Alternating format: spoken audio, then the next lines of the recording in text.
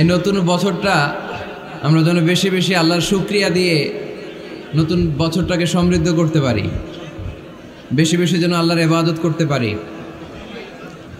নতুন বছরে আমরা শপথ নেই আমরা যেন অন্তরে হিংসা লালন না করি, বিদ্বেষ লালন না করি, আমরা নিজেরা যেন কাদা ছোড়াছুরি না করি, আমরা যেন মিলেমিশে একসাথে একাকার হয়ে যাই।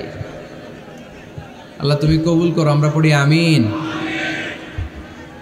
60টা জিনিস মানুষ মরে যাওয়ার পরে তার কবরে পৌঁছতে থাকে। ইন্না মিম্মা ইয়ালহাকুল মুমিন মিন হাসানাতিহি বা'দা মাউতিহি, মানুষ মরে যাওয়ার পরেও যে 60টা জিনিস তার কবরে পৌঁছায় তার মধ্যে একটা হচ্ছে মসজিদান বানাহু, সে যে মসজিদ বানিয়ে গিয়েছে ওই মসজিদের সওয়াব। সুবহানাল্লাহ পড়েন। আপনি টাকা দিয়ে মসজিদ বানিয়ে দিলেন, ওই মসজিদে মুসল্লিরা নামাজ পড়ে, রোজাদাররা এসে ওখানে ইফতার খায়, তাহাজ্জুদ আদায়কারীরা তাহাজ্জুদ পড়ে, তাদের সওয়াবের কমতি হবে না, কিন্তু তাদের সওয়াবের একটা পার্সেন্টেজ সওয়াব যে ব্যক্তি মসজিদ বানালো তার আমলনামে আল্লাহ ঢুকিয়ে দেয়। সুবহানাল্লাহ বলতে পারলেন না? হে নামাজি আমার ঘরে নামাজে পড়ো আজ, দিলে মে তোমার চরণ তলে হৃদয় যায় নামাজ। হে নামাজি আমার ঘরে নামাজে পড়ো আজ, দিলে মে তোমার চরণ তলে হৃদয় যায় নামাজ। পড়েন আল্লাহু আকবার। কি সুন্দর লিখেছেন কাজী নজরুল ইসলাম। কাজী নজরুল ইসলাম খুব সুন্দর করে বলেছেন, মসজিদেরই পাশে আমায় কবর দিও ভাই, ঠিক কিনা? মসজিদেরই পাশে আমায় কবর দিও ভাই, যেন গোরে হতে মুয়াজ্জিনের আযান শুনতে পাই। আমার গোরের পাশে দিয়ে ভাই নামাজিরা যাবে, পবিত্র সেই পায়ের ধ্বনি এ বান্দা শুনতে পাবে। গোরা যাব হতে গুনাহগার পাইবে রেহাই, মসজিদেরই পাশে আমায় কবর দিও ভাই। কত মানুষ নামাজি ভাই মসজিদাঙ্গিহীনাতে, আল্লাহর নামের জিকির করে লুকিয়ে গভীর রাতে। আমি তাদের সাথে ওই আল্লাহর নাম জপতে চাই, আল্লাহর নাম জপতে চাই। পড়েন সবাই, মসজিদেরই পাশে আমায় কবর দিও ভাই, যেন গোরে হতেও মুয়াজ্জিনের আযান শুনতে পাই। চিল্লায় পড়তে হবে আমিন। কি দরদ ছিল আমাদের জাতীয় কবি কাজী নজরুল ইসলামের, মসজিদের পাশে আল্লাহ তুমি আমার কবর দিও। আল্লাহ এই দোয়াটা কবুল করে নিয়েছে, ঠিক কিনা? ওনার কবরের পাশে মসজিদ আছে না নাই? আছে। এজন্য মসজিদের সাথে সম্পর্ক জুড়ে দেওয়া এটা ইমানদারের আলামত, আর মসজিদকে ঘৃণা করা এটা মুনাফিকের আলামত।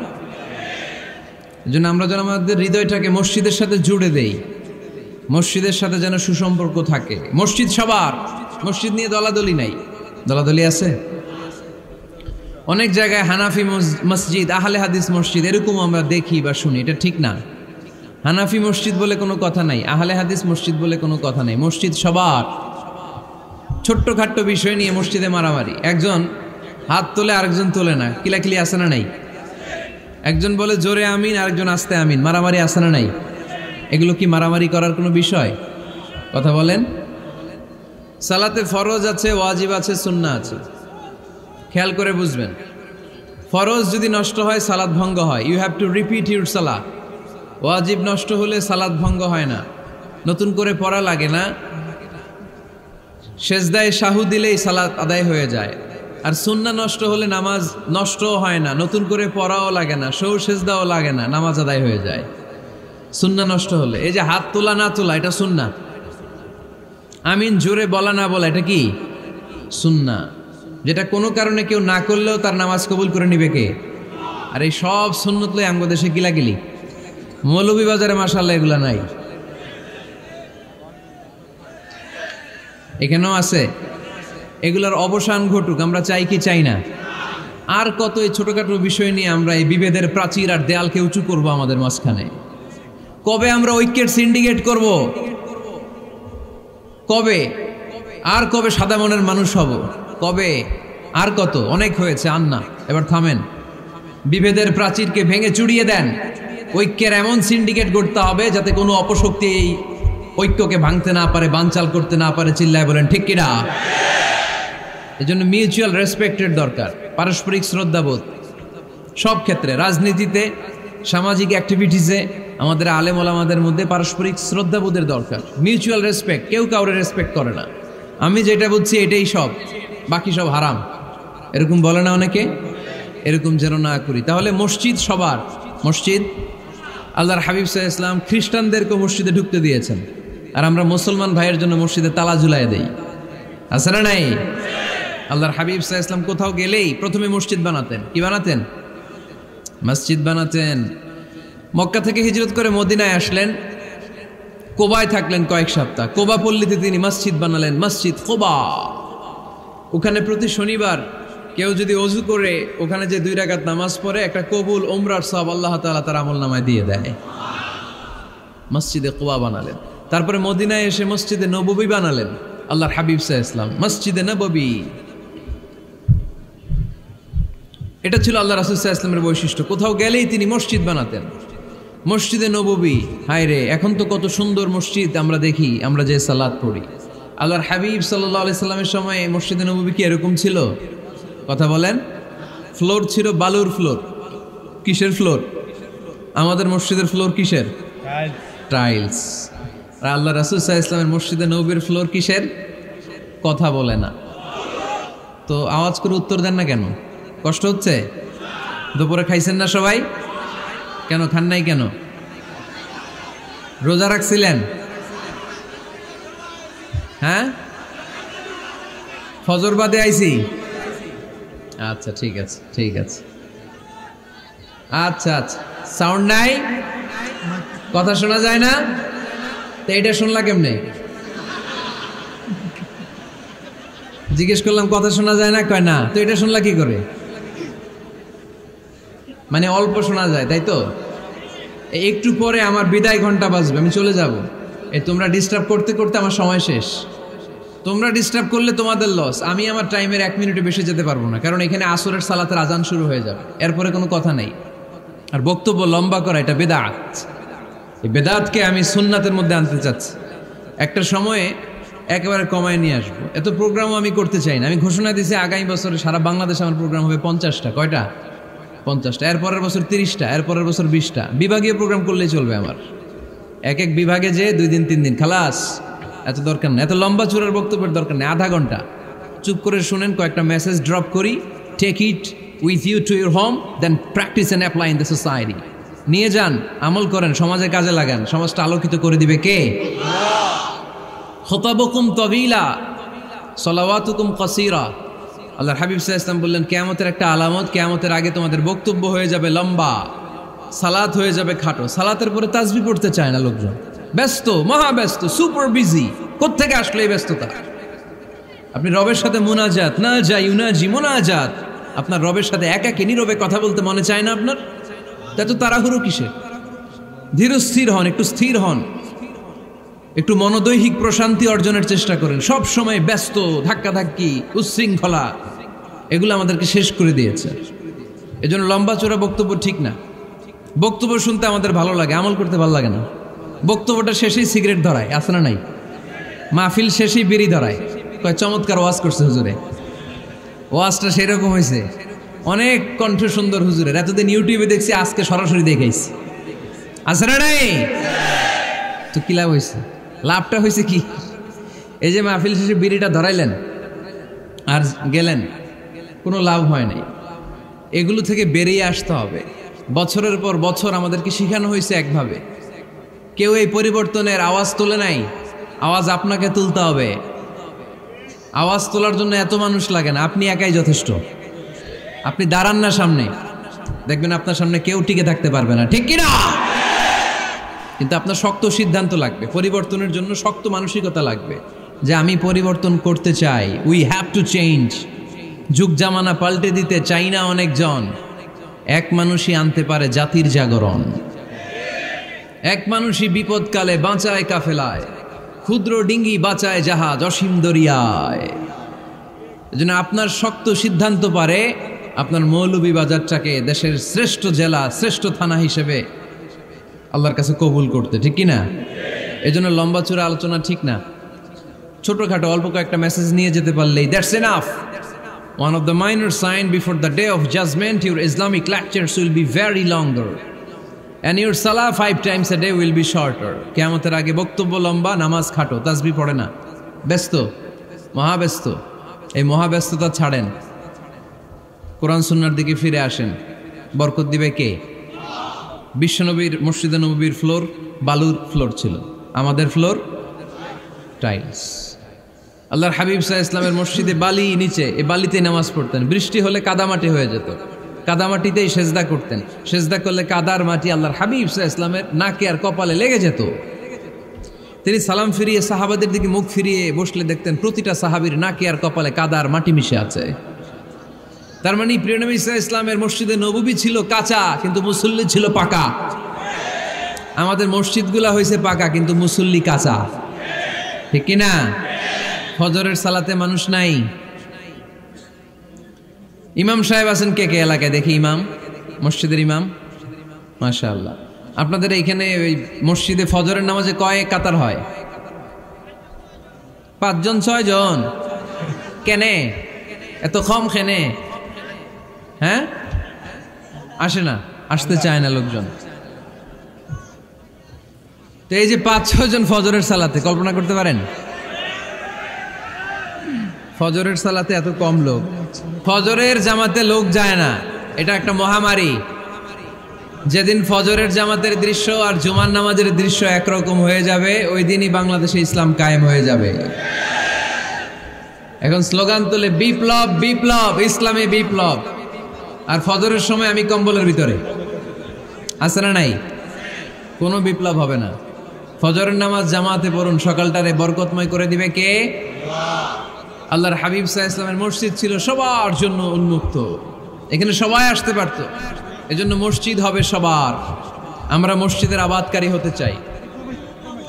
এজন্য রাব্বুল আলামিন বলেন, ইন্নামা ইয়া'মুরু মাসাজিদাল্লাহি মান আমানা বিল্লাহি ওয়াল ইয়াউমিল আখির ওয়া কামাস সালাতা ওয়া আতাজ যাকাতা ওয়া লাম ইয়াখশা ইল্লাল্লাহ ফাআসা উলাইকা আন ইয়াকুনু মিনাল মুহতাদিন। সুবহানাল্লাহ পড়েন।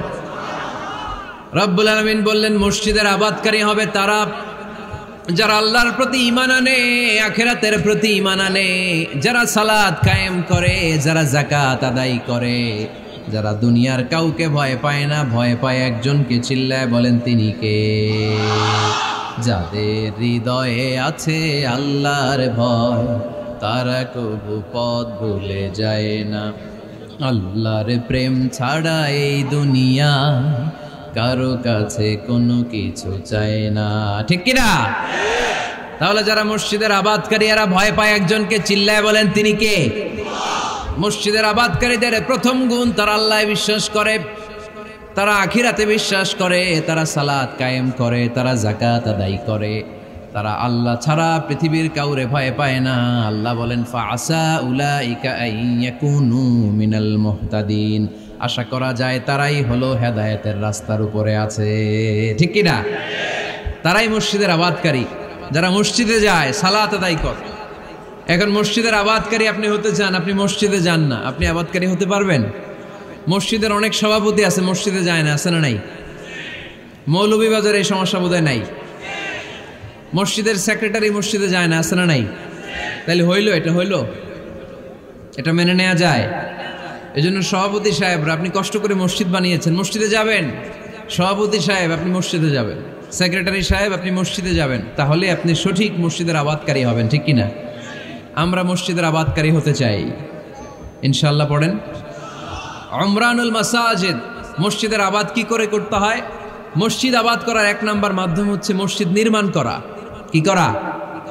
নির্মাণ করা। খেয়াল করবেন, আল্লাহর হাবিব সাল্লাল্লাহু আলাইহি ওয়াসাল্লাম বলেছেন, মান বানা মসজিদান মিন মালিহি ফিদ দুনিয়া বানাল্লাহু লাহু বাইতান ফিল জান্নাহ। যে ব্যক্তি নিজের পকেটের টাকা খরচ করে দুনিয়াতে মসজিদ বানায়, আল্লাহ তাআলা তার জন্য জান্নাতে ঘর বানায়। 60টা জিনিস মানুষ মরে যাওয়ার পরে তার কবরে পৌঁছতে থাকে। ইন্না মিম্মা ইয়ালহাকুল মুমিন মিন হাসানাতিহি বা'দা মাউতিহি, মানুষ মরে যাওয়ার পরেও যে 60টা জিনিস তার কবরে পৌঁছায়, তার মধ্যে একটা হচ্ছে মসজিদান বানাহু, সে যে মসজিদ বানিয়ে গিয়েছে ওই মসজিদের সওয়াব। সুবহানাল্লাহ পড়েন। আপনি টাকা দিয়ে মসজিদ বানিয়ে দিলেন, ওই মসজিদে মুসল্লিরা নামাজ পড়ে, রোজাদাররা এসে ওখানে ইফতার খায়, তাহাজ্জুদ আদায়কারীরা তাহাজ্জুদ পড়ে, তাদের সওয়াবের কমতি হবে না, কিন্তু তাদের সওয়াবের একটা পার্সেন্টেজ সওয়াব যে ব্যক্তি মসজিদ বানালো তার আমলনামায় আল্লাহ ঢুকিয়ে দেয়। এজন্য বেশি বেশি মসজিদ বানাতে রাজি আছেন তো? তাহলে মসজিদ আবাদ করার প্রথম মাধ্যম হচ্ছে মসজিদ বানানো। 2 নম্বর মাধ্যম হচ্ছে মসজিদে যেয়ে জামাতে সালাত আদায় করা। জামাতে সালাতুল জামাআ তাফদুলু সালাতাল ফাযযি বি27 দারাজা। ঘরে নামাজ পড়লে একা একা পড়লে যেই সওয়াব, জামাতে পড়লে 27 গুণ বেশি সওয়াব। সুবহানাল্লাহ বলতে পারলেন না? হে নামাজি আমার ঘরে নামাজ পড়ো আজ, দিল মে তোমার চরণ তলে হৃদয় যায় নামাজ। হে নামাজি আমার ঘরে নামাজ পড়ো আজ, দিল মে তোমার চরণ তলে হৃদয় যায় নামাজ। পড়েন আল্লাহু আকবার। কি সুন্দর লিখেছেন কাজী নজরুল ইসলাম। মসজিদ কেমন যেন মসজিদ তার নিজের ভাষায় আল্লাহর কাছে কেঁদে কেঁদে ফরিয়াদ জানায়, আল্লাহ নামাজিরা আমার ঘরে আসে না, কি সুন্দর টাইলস, কি সুন্দর মুসল্লা, কি সুন্দর এয়ার কন্ডিশন, সব আছে কিন্তু মুসল্লি নাই, ঠিক কিনা? মসজিদগুলো আল্লাহর কাছে ফরিয়াদ জানায়। এজন্য আমরা যেন মসজিদমুখী হই। কি মুখী? আওয়াজ করে বলতে হবে, কি মুখী? মসজিদমুখী। তাহলে মসজিদ আবাদের 1 নম্বর পদ্ধতি মসজিদ বানানো। 2 নম্বর মসজিদে বেশি বেশি যে জামাতে সালাত আদায় করা। 3 নম্বরে মসজিদের সাথে সম্পর্ক জুড়ে দেওয়া, হৃদয়টা যেন সবসময় মসজিদের সাথে লেগে থাকে। আল্লাহর হাবিব সাল্লাল্লাহু আলাইহি ওয়াসাল্লাম বললেন, সাবআতুন ইউযিল্লুহুমুল্লাহু ফি যিল্লিহি ইয়াওমা লা যিল্লা ইল্লা যিল্লু। 7 শ্রেণীর ব্যক্তিকে আল্লাহ তাআলা কিয়ামতের দিন আরশের নিচে ছায়া দিবে, যেদিন আল্লাহর আরশের ছায়া ছাড়া কোনো ছায়া পৃথিবীতে থাকবে না। সেই দিনটা কি এই দিনের মতো? কিয়ামতের দিনটা আজকের এই দিনের মতো হবে? 50,000 বছর হবে। এটা লেন্থ, এটা ডিউরেশন। কাআন সাফসাফা লা তারা ফিহা ইওয়াজা ওয়ালা আমতা, লেভেল প্লেইন ফিল্ড, তামার জমিন। একটু কল্পনা করেন তো ওই দিনটা কত ভয়ঙ্কর। বাবা ছেলেরে চিনবে না ওই দিন, ছেলে বাবারে চিনবে না, স্ত্রী স্বামীকে চিনবে না, স্বামী স্ত্রীকে চিনবে না, পীর সাহেব মুরিদ চিনবে না, মুরিদ পীর সাহেবকে চিনবে না, নেতা কর্মীকে চিনবে না, কর্মী নেতাকে চিনবে না। হায় হায়, ইয়া নাফসি বলে কাঁদবে। সূর্যটা মাথার কাছে চলে আসবে, সূর্যের তাপে মাথার মগজগুলো গলে গলে নাকের ছিদ্র আর কানের ছিদ্র দিয়ে টপ টপ করে বেয়ে বেয়ে পড়বে। তৃষ্ণায় মানুষগুলো পাগল পাড়া, জিহ্বাটা বের হয়ে নাভি পর্যন্ত ঝুলতে থাকবে। সেদিন সবাই পাগলের মতো ছুটতে থাকবে, কোনো ছায়া নাই আল্লাহর আরশের ছায়া ছাড়া। আল্লাহর হাবিব বললেন, 7 শ্রেণীর ব্যক্তিকে আল্লাহ তাআলা আরশের নিচে ছায়া দিবেন। এর মধ্যে 1 শ্রেণীর ব্যক্তি, রাজুলুন কলবুহু মুআল্লাকুন বিল মাসাজিদ, ওই ব্যক্তি যার হৃদয়টা সবসময় আল্লাহর মসজিদের সাথে লেগে থাকে। মসজিদের সাথে যার হৃদয় লেগে থাকে তাকে আরশের নিচে ছায়া দিবে কে? এজন্য মসজিদের সাথে যেন আমাদের হৃদয়গুলো লেগে থাকে। অনেকেই দেখবেন এত ভালো নামাজে, জোহর পরে টেনশন করে আসরটা কই পড়বো, আসর পরে চিন্তা করে মাগরিবের সময় আমি কোথায় থাকবো, মাগরিবের সময় টেনশন, ইস এশাটা হয়ে গেলেই তো শেষ। এরকম লোক আছে না নাই? এদেরকে সেই কঠিন ভয়াবহ দিনে আরশের নিচে ছায়া দিবে কে? তারপরে মসজিদ আমাদের 4 নম্বর পদ্ধতি, মসজিদকে পরিচ্ছন্ন রাখা, মসজিদকে ঝাড়ু দেয়া। মসজিদকে যারা পরিষ্কার করে তাদের হৃদয়ের যন্ত্রণা দূর করে দেয় কে? সাইয়েদনা ইব্রাহিম আলাইহিস সালাম এবং ইসমাঈল আলাইহিস সালামকে আল্লাহ তাআলা আদেশ করেছেন তাহহিরা বাইতিয়া লিত্তাইফিনা ওয়াল আকিফিনা ওয়ার রুকআই সুজুদ। হে ইব্রাহিম, ইসমাঈল, বাপ বেটা দুইজন মিলে মসজিদ ঝাড়ু দাও। কি ঝাড়ু দাও? মসজিদেরি ঝাড়ু বড়দার ও কামারে হাত শোনো আমার মুনাজাত। পড়েন, শোনো শোনো ইয়া ইলাহি আমার মুনাজাত, শোনো আমার মুনাজাত। পড়েন আমিন। মসজিদ ঝাড়ু দেওয়া মসজিদ আমাদের অন্তর্ভুক্ত। আপনারা কেউ কোনোদিন মসজিদ ঝাড়ু দিয়েছেন নাকি? কে কে দিয়েছেন দেখি? সবাই? সবাই মসজিদের খাদেম? মাশাআল্লাহ। আমিও দিছি মসজিদ ঝাড়ু, অনেক দিছি। মাশাআল্লাহ, আল্লাহ তুমি কবুল করো। যাদের হৃদয়ে বড় জ্বালা, ফ্যামিলিতে সুখ নাই, শান্তি নাই, তারা হৃদয়ে প্রশান্তি আনতে চাইলে এতিমখানায় যাবেন, এতিমের মাথায় হাত বুলিয়ে দিবেন, এতিমের মুখে খাবার তুলে দিবেন। আপনার হৃদয়টারে নরম করে দিবে কে? আল্লাহর ঘর মসজিদে যাবেন, নিজ হাতে মসজিদটারে একটু পরিষ্কার করে দিবেন, আপনার জীবনটারে উজালা করে দিবে কে? তাহলে এগুলো করার মাধ্যমে আমরা মসজিদের আবাদ করতে চাই। আমরা মসজিদের আবাদকারী হতে চাই কি চাই না?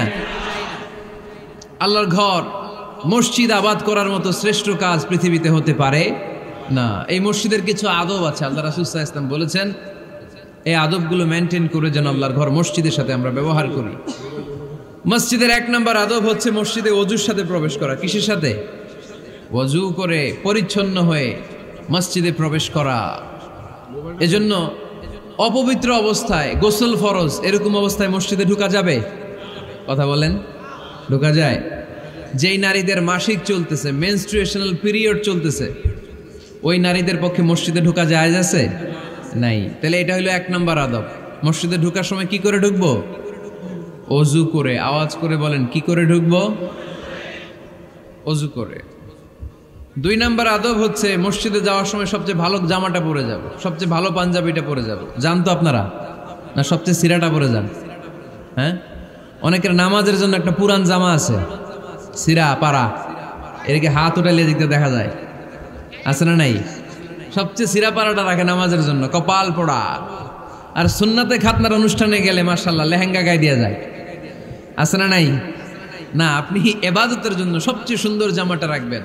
এজন্য রাব্বুল আলামিন বলেন, ইয়া বানি আদম খুযু জিনাতাকুম ইনদা কুল্লি মসজিদ। ও বনি আদম, তুমি যখন আল্লাহর ঘর মসজিদে ঢুকবা, ও বনি আদম, তুমি যখন নামাজের মুসল্লায় দাঁড়াবা, তোমার সবচাইতে দামি, সবচাইতে সুন্দর জামাটা গায়ে দিয়ে তুমি নামাজে দাঁড়াও। ঠিক কি না? তাহলে এখন মসজিদে যাওয়ার সময় কি গায়ে দিয়ে যাবেন বলেন? খিতা করবাইন? হ্যাঁ, মাশাআল্লাহ। হ্যাঁ, সবচেয়ে ভালো কাপড়টা আয়রন করে পারফিউম মেখে তারপরে আমরা যাব। রাজি আছেন তো? 3 নম্বর আদব হচ্ছে মসজিদে ঢোকার সময় বাম পা দিয়ে ঢুকতে হয়।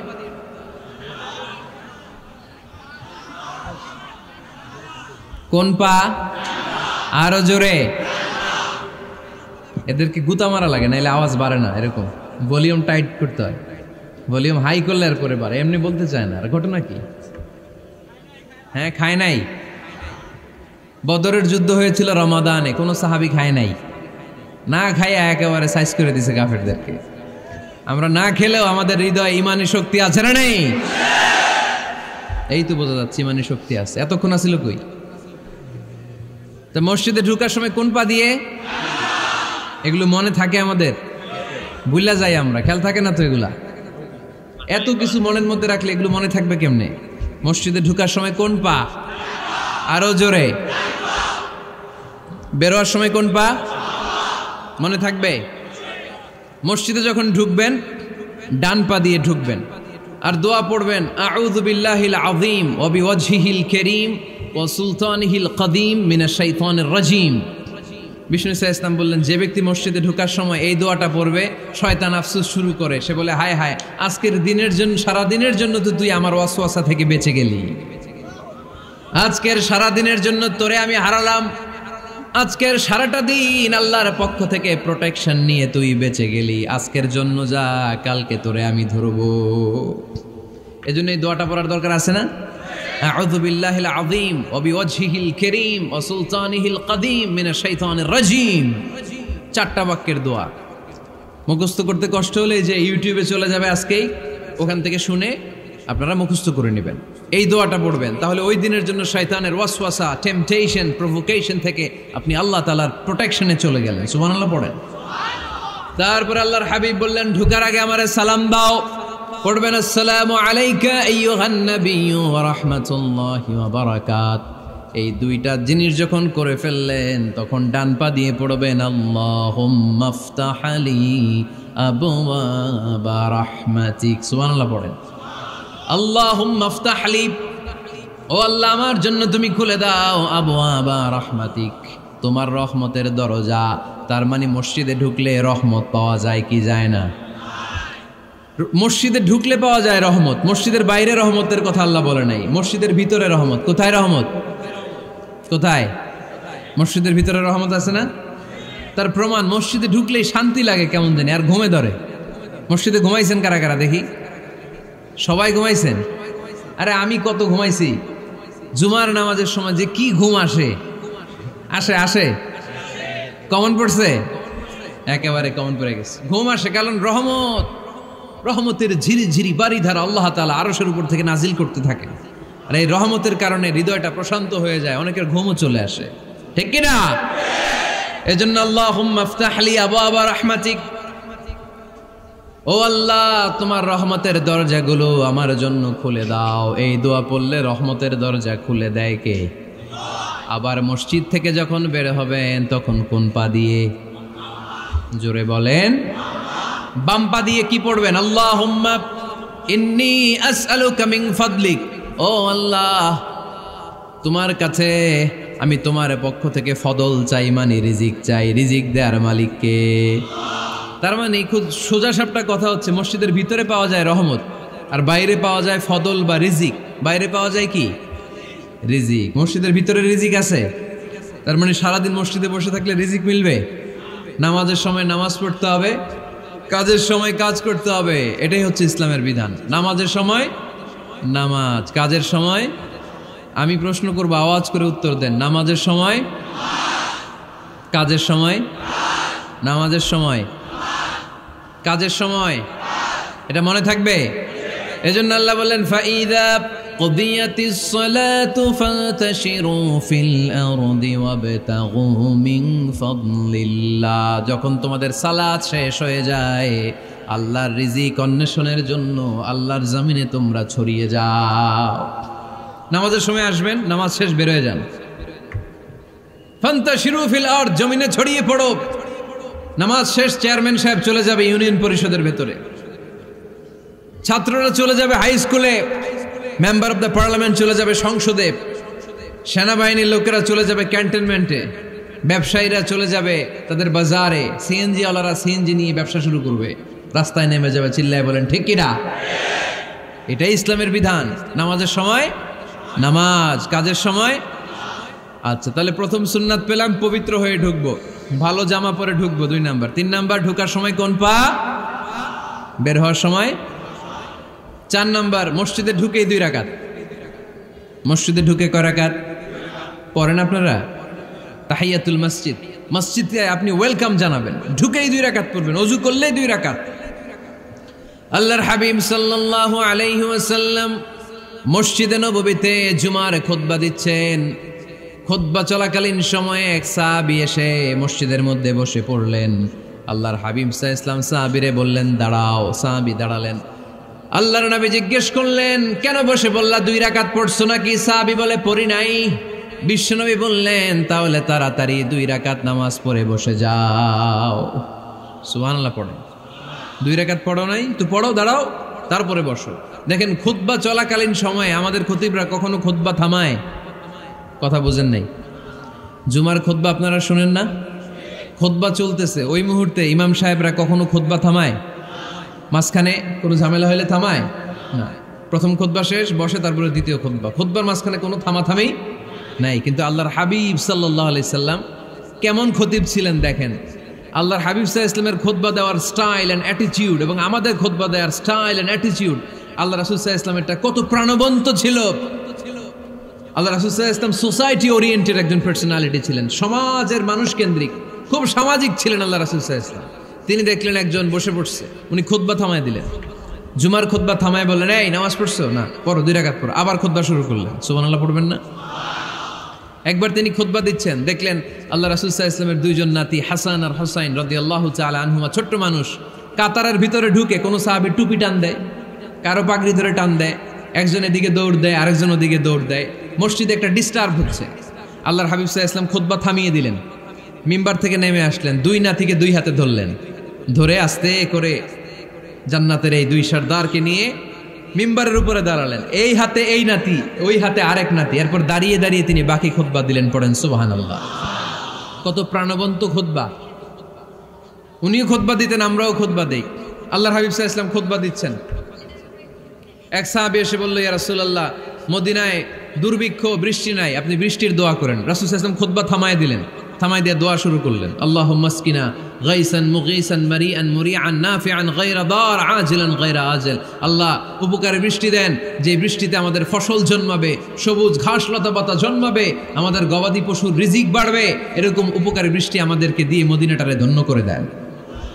বৃষ্টি শুরু হলো, জুমাবার বৃষ্টি, শনি রবি সোম মঙ্গল বুধ বৃহস্পতি শুক্র, টানা 7 দিন বৃষ্টি। এবার বৃষ্টির চোটে মদিনায় বন্যা হয়ে গেছে।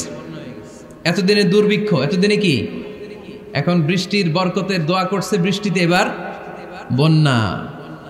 যেই সাহাবী বৃষ্টির জন্য দোয়া করতে বলেছিলেন, পরের জুমাবারের খুতবার সময় এসে ওই সাহাবী বলেন, ইয়া রাসূলুল্লাহ, আবার খুতবার মাঝখানে, ইয়া রাসূলুল্লাহ, আর বৃষ্টির দরকার নাই, আর দরকার নেই, এবার বৃষ্টি বন্ধের দোয়া করেন।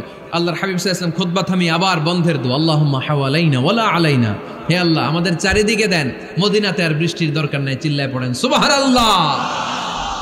এজন্য খতিব হবে এরকম প্রাণবন্ত খতিব। সমাজে কি চলে, কি ক্রাইসিস, কি সংকট, ইয়াংরা কোন সমস্যায় ভোগে, আমাদের রাজনৈতিক অঙ্গনে কি সমস্যা, আমাদের অর্থনৈতিক অঙ্গনে কি সমস্যা, আমাদের সামাজিক অঙ্গনে কি সমস্যা, আমাদের পরিবারগুলোর ভেতরে কি ঝামেলা, প্রত্যেকটা কথা মসজিদের মিম্বার থেকে আসার দরকার আছে না নাই? আল্লাহর হাবিব সাল্লাল্লাহু আলাইহি ওয়াসাল্লাম এভাবেই সমাজকে ঠিক করে দিতেন। 2 রাকাত মসজিদে ঢুকে আজকে থেকে আমরা পড়ব। মসজিদে ঢুকলেই কয় রাকাত মনে থাকবে না ভুলে যাবেন? তারপরে আল্লাহর হাবিব সাল্লাল্লাহু আলাইহি ওয়াসাল্লাম বলেছেন, খবরদার কবরের উপর মসজিদ বানিও না। কবরস্থান একদিকে, মসজিদ আর একদিকে। কিন্তু বাংলাদেশে মসজিদের সাথে কবর মিলানো আছে না নাই? ছোট্ট একটা মসজিদ, কিন্তু এত বড় বাবার কবর আছে না নাই? এগুলো করবেন না আপনি। আগে হবে মসজিদ, পরে কবরস্থান। যেমন মসজিদে নববী হয়েছে আগে, তারপরে বিশ্বনবীর কবর এখানে আছে না নাই? মসজিদে নববী প্রতিষ্ঠিত হয়েছে আগে, পরে বাকি কবরস্থান আছে না নাই? কিন্তু কোন আল্লাহর ওলির কবরস্থানের উপরে যদি মসজিদ বানান, তার উপর লানাত দিয়েছে কে? লাআনা রাসূলুল্লাহ আলাল ইয়াহুদ ওয়ান নাসারা ইত্তাখাযু কুবুর আমবিয়াইহিম মাসাজিদা।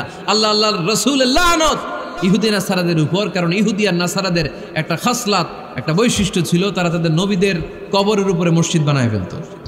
এটা করা যাবে? এজন্য এলাকায় এলাকায় এই ঝামেলা, কবর আর মসজিদ হবে আলাদা। আবার মসজিদের কেবলার দিকে যেন কবরস্থান না হয়, তাহলে শিরক হওয়ার সম্ভাবনা আছে না নাই? খুব সাবধান, আল্লাহ সব মাফ করে কিন্তু শিরক মাফ করে না, ঠিক কি না? শিরক হচ্ছে মহাপাপ, সব পাপের বাপ। এজন্য আমরা সব করলেও শিরকের গুনাহ মুসলমান কখনো করতে পারে। এরপর আল্লাহর হাবিব বললেন, মসজিদকে পরিষ্কার পরিচ্ছন্ন রাখো, এটাও মসজিদের আদাব। মসজিদে আতর লাগিয়ে দেন, বাখুর জ্বালিয়ে দেন। আপনাদের এই এলাকার মধ্যে তো বাখুরের অভাব নাই, আগরের অভাব নাই, ঠিক কিনা? গতকাল প্রোগ্রাম ছিল কই? সুজানগর, আগরের রাজধানী। আগর চিনেননি আপনারা? হ্যাঁ, এই যে দেহনেল উদ পারফিউম, আপনাদের এই যে মাহাতাব সাহেবের আল হারামাইন, এরপরে যে আজমল কোম্পানি, এও আপনাদের এই মৌলভীবাজার এলাকার। এরকম অনেক কোম্পানি আছে দুবাই ভিত্তিক, গোটা বিশ্বে ওনারা ব্র্যান্ডিং করেছে। এগুলোর র ম্যাটেরিয়াল, কাঁচামাল যায় হচ্ছে আপনাদের মৌলভীবাজার থেকে। সম্মানিত ভাইয়েরা, মসজিদ পরিষ্কার পরিচ্ছন্ন রাখবেন, এই বাখুর জ্বালাবেন, দেহনেল উদ, এই পারফিউমগুলো ছড়িয়ে দিবেন। মসজিদের মধ্যে অনেক মসজিদে দুর্গন্ধ আছে না নাই? এই কার্পেটের মধ্যে ময়লা, পরিষ্কার করে না। আল্লাহর হাবিব সাল্লাল্লাহু আলাইহি ওয়াসাল্লাম বলেছেন, খবরদার। আম্মা জান আয়েশা বর্ণনা করেন, আমার রাসূলুল্লাহ সাল্লাল্লাহু আলাইহি ওয়াসাল্লাম বিবিনাইল মসজিদ ফি দুয়ার, ওয়া আন তুতাইয়াবা ওয়া তুনাজ্জাফ, আমরা যেন এলাকা এলাকায় মসজিদ বানাই, মসজিদগুলোকে যেন পারফিউম দিয়ে আতর দিয়ে সুগন্ধময় করে দেয়, বিশ্বনবী আদেশ করেছেন। সুবহানাল্লাহ পড়েন। এজন্য কোনো অপরিচ্ছন্ন মসজিদ থাকতে পারবে না। মসজিদের পাশ দিয়ে গেলে আতরের ঘ্রাণে আমোদ হয়ে লোকজন যেন বুঝতে পারে এটা আল্লাহর ঘর, মসজিদ। চিল্লায় বলেন ঠিক কিনা? এরপরে আল্লাহর হাবিব সাল্লাল্লাহু আলাইহি ওয়াসাল্লাম বলেছেন মসজিদের আরেকটা আদব হলো মসজিদকে অতিমাত্রায় ডিজাইন না করা। বেশি ডিজাইন করা যাবে না। এমন ডিজাইন করা যাবে না যে এটা মসজিদ বোঝাই যায় না। এত লাইটিং ফাইটিং করে, এটা কি মসজিদ না কমিউনিটি সেন্টার বোঝাই যায় না। আছে না নাই? আছে। এরকম যেন আমরা না করি সম্মানিত ভাইয়েরা। বিশেষ করে মসজিদের সামনের দেয়ালে। কোন দেয়ালে? সামনের দেয়ালটা কেবলার দিকে যেই দেয়াল, এই দেয়ালটা হতে হবে ফ্রেশ, যাতে করে মানুষের দৃষ্টি আকর্ষণ না করে। প্রায় মসজিদের দেয়ালের মাঝখানে দেখবেন আপনি ক্যালেন্ডার ঝুলায় রাখে, আছে না নাই? মৌলভীবাজার কি অবস্থা? খিতা খবর আছে? তো এই যে ক্যালেন্ডার ঝুলায় রাখে, ওইখানে দেখবেন বিভিন্ন মসজিদের ছবি, এতিমখানার ছবি, মানুষের ছবি। তো মানুষ নামাজও পড়ে আবার ওগুলোও তাকায়, আছে না নাই? প্রথম কাতারে পরে ওইখানে কি লেখা এগুলো পরে, তার ডিস্টার্ব হচ্ছে না? এই মুসল্লির দৃষ্টি যাতে অন্যদিকে না যায় এটা খেয়াল রাখতে হবে। যদি পারা যায় মসজিদের সামনে কোনো ঘড়ি টড়ি চলবে না। ঘড়ি মসজিদের পেছনের দেয়ালে, সময়সূচি পেছনের দেয়ালে, সব পেছনে। সময় কয়টা বাজে ওটা ইমাম দেখলেই চলবে, ইমাম এভাবে দেখে নিবে, আপনারাও দেখে নেবেন। কিন্তু সামনের দেয়ালটা যত সিম্পল করা যায়। আল্লাহর হাবিব সাল্লাল্লাহু আলাইহি ওয়াসাল্লাম নামাজ পড়া অবস্থায় সামনে এমন কিছু রাখতেন না যেটার দ্বারা আল্লাহর হাবিব সাল্লাল্লাহু আলাইহি ওয়াসাল্লামের সালাতে মনোযোগ অন্যদিকে চলে যায়। আমরা যখন সালাত পড়ি যদি অন্যদিকে তাকাই, ফেরেশতার মাধ্যমে আল্লাহ একটা ডাক দেয়, বলে আকবিল, এই বান্দা ফিরে আয়, তোর নজর থাকা দরকার সেজদার জায়গায়, ফিরে আয়। আপনি আবার যখন অন্যদিকে তাকান আল্লাহ বলে ফিরে আয়, সেজদার দিকে তাকা। আপনি আবার যখন ঘড়ির দিকে তাকান আল্লাহ বলে আকবিল, ফিরে আয়, সেজদার দিকে তাকা। আপনি যখন আবার অন্যদিকে তাকান তখন আল্লাহ বলে লা হাজাতা লি ইলা সালাতিক, তোর এই নামাজের দরকার আমার নাই। নাউজুবিল্লাহ পড়বেন না? তোর এই নামাজের দরকার আমার নাই। অজু করে কষ্ট করে যাকে খুশি করার জন্য আপনি সালাতে দাঁড়ালেন, উনি যদি বলে এই নামাজের দরকার নেই, তা কার জন্য নামাজ পড়লেন আপনি? কথা কি বুঝতে পেরেছেন? এই জন্য এলাকার গণ্যমান্য ব্যক্তিবর্গ আছে, আমাদের চেয়ারম্যান সাহেব আছে, আরো অন্যান্য বিজনেস ম্যাগনেটরা আছে। আপনারা মসজিদ যখন নির্মাণ করবেন সামনের দেয়ালটা যত সাদামাটা হতে পারে ততই ভালো। এমনকি জায়নামাজের মধ্যে এখন কাবা ঘরের ছবি আছে না নাই? আছে না? কি মুসলমান আমরা, নিজের কাবারে নিজে লাথি মারি নামাজের আগে, মনের অজান্তে নিজের কাবাকে নিজে লাথি মারছি। এরকম জায়নামাজ ব্যবহার করা নিষেধ। চিল্লায় বলেন ঠিক কিনা? সাদা ফ্রেশ জায়নামাজ বাজারজাত করেন, আপনাদের সিদ্ধান্তই ওনাদের ব্যবসা বয়কট হয়ে যাবে। আপনারা যদি এখন থেকে মসজিদের মিনারা আর কাবা ঘরের যে প্রতিকৃতি বা ছবি, এরকম ছবি সম্বলিত জায়নামাজ কিনা বন্ধ করে দেন, এদের মার্কেট থাকবে? কথা বলেন। কালকে থেকে আমরা জায়নামাজ কেনার সময় ফ্রেশ জায়নামাজ কিনবো। কোনো মসজিদ, কোনো মিনার, আমাদের কাবা ঘরের ছবি সম্বলিত কোনো জায়নামাজ কিনা যাবে? আওয়াজ করে বলেন যাবে? যাবে না। এগুলো হচ্ছে মসজিদের আদাব, এগুলো রক্ষা করে মসজিদে ঢোকার দরকার আছে না নাই? পৃথিবীতে 3টা মসজিদ সবচাইতে শ্রেষ্ঠ মসজিদ। কয়টা? আওয়াজ করে বলেন না। 1 নাম্বার মসজিদুল হারাম, ফাওয়াল্লু উজুহাকুম শাতরা, যেখানেই তোমরা নামাজ পড়ো না কেন মসজিদের হারামের দিকে হয়ে নামাজ পড়ো। কেবলা কোন দিকে আজকে? এদিকে, এইদিকে কেবলা। আমি যদি এদিকে হয়ে পড়ি নামাজ হবে না? হবে না কেন? কারণ কেবলামুখী হয়ে নামাজ পড়া ফরজ। চিল্লায় বলেন ঠিক কিনা? মসজিদুল হারাম পৃথিবীর প্রথম মসজিদ। ওখানে একটা ঘর আছে, ঘরটার নাম হলো কাবা। ইন্না আউওয়ালা বাইতিন উদিআ লিন-নাসি লাল্লাযী বিবাক্কাতা মুবারাকা। এই পৃথিবীর প্রথম ঘর, যেই ঘরটা স্থাপিত হয়েছে বাক্কা শহরে। বাক্কা মক্কার আগের নাম, এখন শহরের নাম মক্কা। আগে নাম ছিল কি? সবাই বলেন কি নাম ছিল? বাক্কা। এটা পৃথিবীর আদি ঘর। সব নবীদের পরশধন্য পদধূলিতে এই জায়গাটা বরকতময় হয়েছে। এটা এমন ঘর যেই ঘরের চারদিকে 1 রাকাত নামাজ পড়লে 1 লক্ষ রাকাতের সওয়াব পাওয়া যায়। হজ উমরা করেছেন কে কে দেখি? হজ উমরা করেছেন আপনারা না? মাশাআল্লাহ। আমরা যারা করতে পারি নাই আল্লাহ তাদেরকেও তৌফিক দাও। আমরা যেন এই কাবা ঘরে যে প্রাণ ভরে সালাত আদায় করতে পারি, আল্লাহ তৌফিক দান করো। আমরা যেন মসজিদে নববীতে যে প্রাণ ভরে সালাত পড়তে পারি, তৌফিক দান করো। আল্লাহর হাবিব সাল্লাল্লাহু আলাইহি ইসলামের কবরের সামনে দাঁড়িয়ে যেন আমরা প্রাণ খুলে মন প্রাণ উজাড় করে বিশ্বনবী সাল্লাল্লাহু আলাইহি ইসলামকে সালাম দিতে পারি। আল্লাহ তৌফিক দান করো। এই কাবা ঘরকে কেন্দ্র করে প্রতিদিন 100টা রহমত নাজিল হয়। আওয়াজ করে বলেন কয়টা? আল্লাহর হাবিব বললেন প্রতিদিন প্রতিনিয়ত 100টা রহমত নাজিল হতেই থাকে। সিত্তুন আলিত তাইফিন 60টা রহমত তাদের উপর নাজিল হয় যারা কাবা ঘরের চারদিকে তাওয়াফ করে। আরবাঈন আলিল মুসাল্লিন বাকি 40টা নাজিল হয় যারা কাবা ঘরের পাশে নামাজ পড়ে। ওয়া 20 আলিন নাযিরিনা ইলাল কাবা বাকি 20টা রহমত প্রতিনিয়ত নাজিল হয় যারা তাওয়াফ করে না, সালাত আদায় করে না, শুধু কাবার গিলাফের দিকে তাকিয়ে থাকে। কাবার দিকে তাকায় থাকলেই সওয়াব। সুবহানাল্লাহ পড়েন। এক রাকাতে কয় লক্ষ রাকাতের সওয়াব।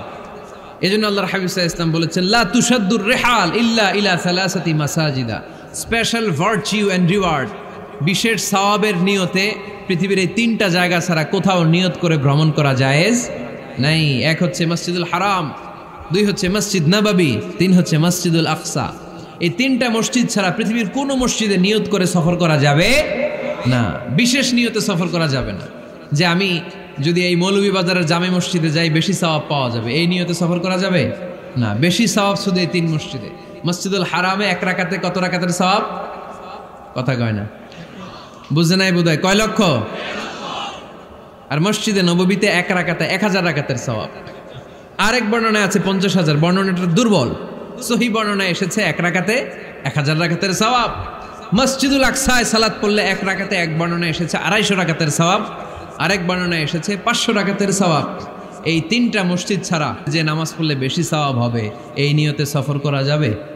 চিল্লায় বলেন যাবে। তবে মসজিদটা দর্শন করার জন্য যেতে পারবেন।